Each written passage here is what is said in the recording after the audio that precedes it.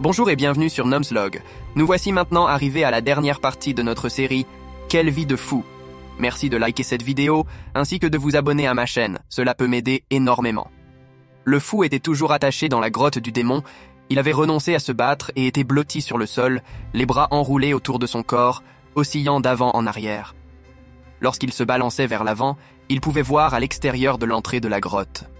Et voyez alors une grande tour au sommet d'une colline, des nuages sombres se rassemblent derrière elle, rendant le ciel obscur et effrayant. La tempête qui se déchaînait au loin faisait écho au murmure chaotique qui envahissait l'esprit du fou. Alors que l'énergie prenait forme dans le ciel et dans son cerveau, celle-ci a commencé à tout illuminer. La vérité du fou, une vérité âprement acquise, arrachée des mains froides de la mort, a jailli dans son cerveau et s'est répandue à travers tout son être. Ses chaînes se sont déliées et instinctivement, le fou est sorti en courant de la grotte, à temps pour voir le ciel et se scinder en deux et l'imposante tour se transformer en un tas de décombres sur la colline. Nous passons beaucoup de temps à bâtir des choses dans nos vies, relations, carrière, maison, mode de vie, philosophie, religion, vision du monde, préjugés et idéaux. C'est dans notre nature de créer des structures qui soutiennent nos vies. L'empereur symbolise les structures utiles et saines. Mais parfois, nos structures sont trop rigides et nous devons nous abandonner afin de que nous puissions évoluer, comme un serpent qui perd sa peau. L'être humain n'aime pas le changement, c'est pourquoi nous nous attachons si fort à notre chère structure, même quand nous n'en avons plus besoin. Lorsque cela se produit, souvent l'univers nous vient en aide en démolissant complètement cette tour pour nous. Le 16 de la tour apparaît dans une lecture comme un avertissement.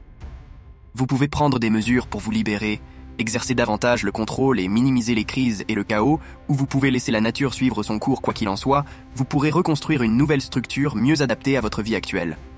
Pendant un moment, vous vous sentirez peut-être frustré, mais avec le temps, vous vous rendrez compte que cette expérience s'est avérée un cadeau inestimable. Le fou était meurtri, blessé et exténué à la suite de ses expériences dans la grotte du diable et après avoir couru pour fuir la tour qui explosait.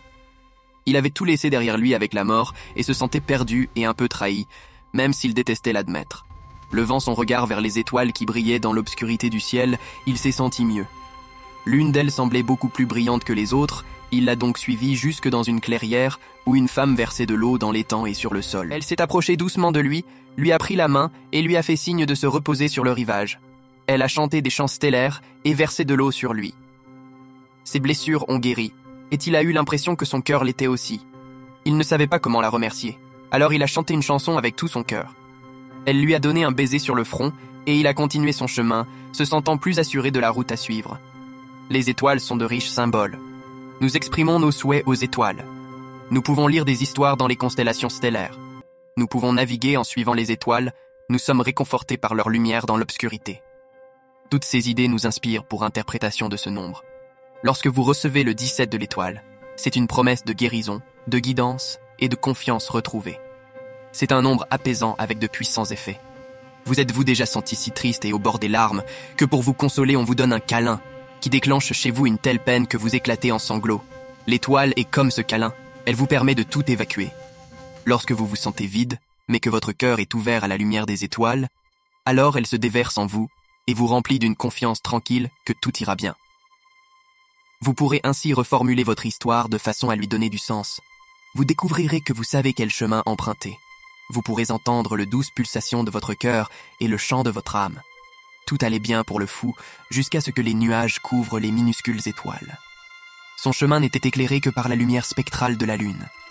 Des ombres se sont formées, embrouillant tout.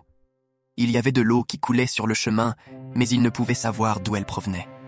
Un homard s'est glissé hors de l'eau et sur le chemin ressemblant à un horrible monstre. Le fou attendait des loups hurler au loin et il a cru qu'ils se rapprochaient. Il a commencé à paniquer et s'est mis à courir, heurtant des pierres et des arbres. Lorsqu'il s'est arrêté pour reprendre son souffle, derrière les battements de son cœur, il a senti une guidance lui parler.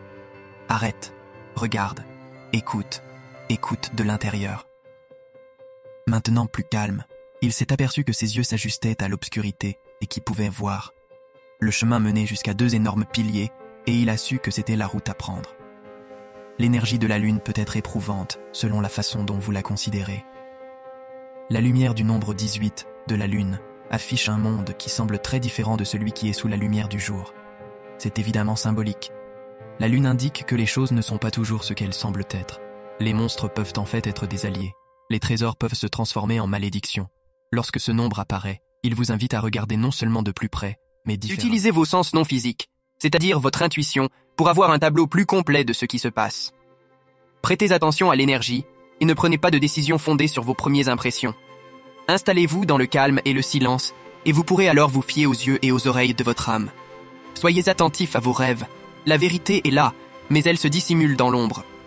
Au moment où le soleil était haut dans le ciel, les souvenirs effrayants de la nuit précédente sont dissipés, et le fou a senti une joie l'envahir.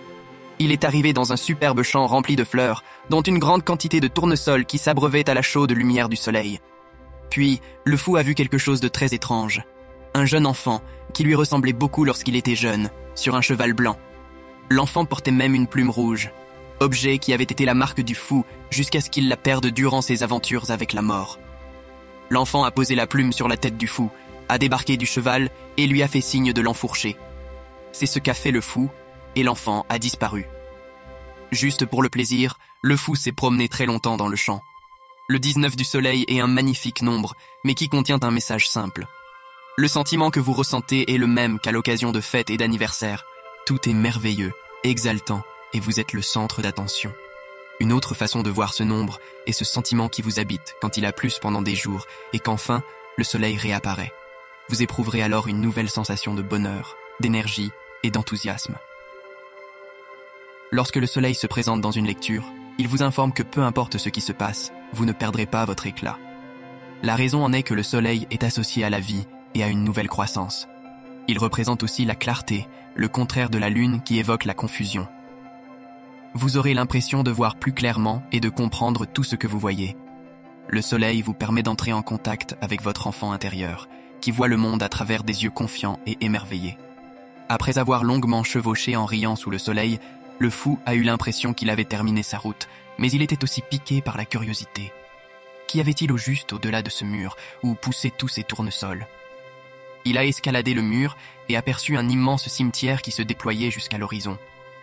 Un ange est apparu dans le ciel et a commencé à souffler dans une trompette, même si le fou n'entendait aucun son. Des tombes se sont ouvertes, et les gens, vivants et baignés d'une lumière céleste, se sont élevés et ont disparu. Alors que le fou cherchait à élucider ce qui s'était passé, il a senti son âme s'élever et un chant a jailli de sa gorge. Il ignorait comment, mais il pouvait entendre la trompette, ainsi que sa propre voix se combinait pour créer la musique la plus glorieuse et majestueuse jamais inventée. C'est à ce moment que les aventures et les expériences du fou ont commencé à se fusionner. Il a levé son visage vers le ciel et a chanté une prière d'amour et de gratitude. Il a alors entrevu le divin en lui et dans toutes les parties du monde. On pourrait donner un autre nom au nombre 20 du jugement, car à notre époque moderne, nous ne sommes pas en accord avec ce terme et à notre insuffisance. Nous pensons automatiquement qu'il se rapporte au fait d'être jugé. En fait, ce nombre symbolise un appel divin nous invitant à laisser derrière nous une existence morne pour embrasser une vie passionnante et remplie d'amour. Il s'agit d'une occasion de nous libérer de tout événement au comportement qui nous garde enfermés dans un cercueil. Cet appel peut naître de nulle part, et pour la plupart d'entre nous, c'est ainsi que cela se passe. Ce nombre semble vous livrer un message. Écoutez, suivez le chant divin, peu importe vos perceptions, et laissez derrière vous tout sentiment de vide et de petitesse.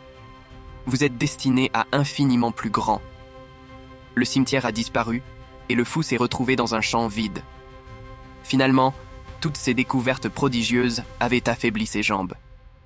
Il s'est arrêté, puis étendu sur le sol, il a contemplé les nuages contre le ciel bleu. Comme les humains l'ont observé depuis l'aube des temps, les nuages formaient des dessins illustrant une belle histoire sur la réussite et l'achèvement. Il s'est endormi, rêvant de ses aventures en se demandant quelle serait la suite. À son réveil, il était sur un nuage devant un portail marqué par une couronne de lauriers. Il ne pouvait pas voir ce qu'il y avait au-delà. L'orifice était réfléchissant et il ne voyait que lui-même. Il a ajusté sa plume rouge, a souri d'impatience pour ensuite passer à travers le portail. Le 21 du monde est le dernier nombre des arcanes majeurs, la vie est remplie de commencements et de fins. Certains sont minimes, d'autres plus importants, certains joyeux, d'autres tristes. Cette carte marque l'achèvement réussi dans ce cycle qui a vraisemblablement nécessité de grands efforts de votre part. C'est le moment idéal pour réfléchir aux luttes que vous avez dû surmonter lors de votre périple et de profiter de ce sentiment d'accomplissement. Prenez un bon moment pour célébrer cet achèvement et tenez-vous bien, car d'ici quelque temps, s'amorcera votre prochaine grande aventure. Voilà, c'est la fin de notre petite série sur notre vie de fou. J'espère que son enseignement vous aura éclairé, je reste à votre disposition pour toute question. À très vite sur Nullog, surtout ne likez pas cette vidéo, car pourrait divulguer nos secrets. À très bientôt, je vous aime.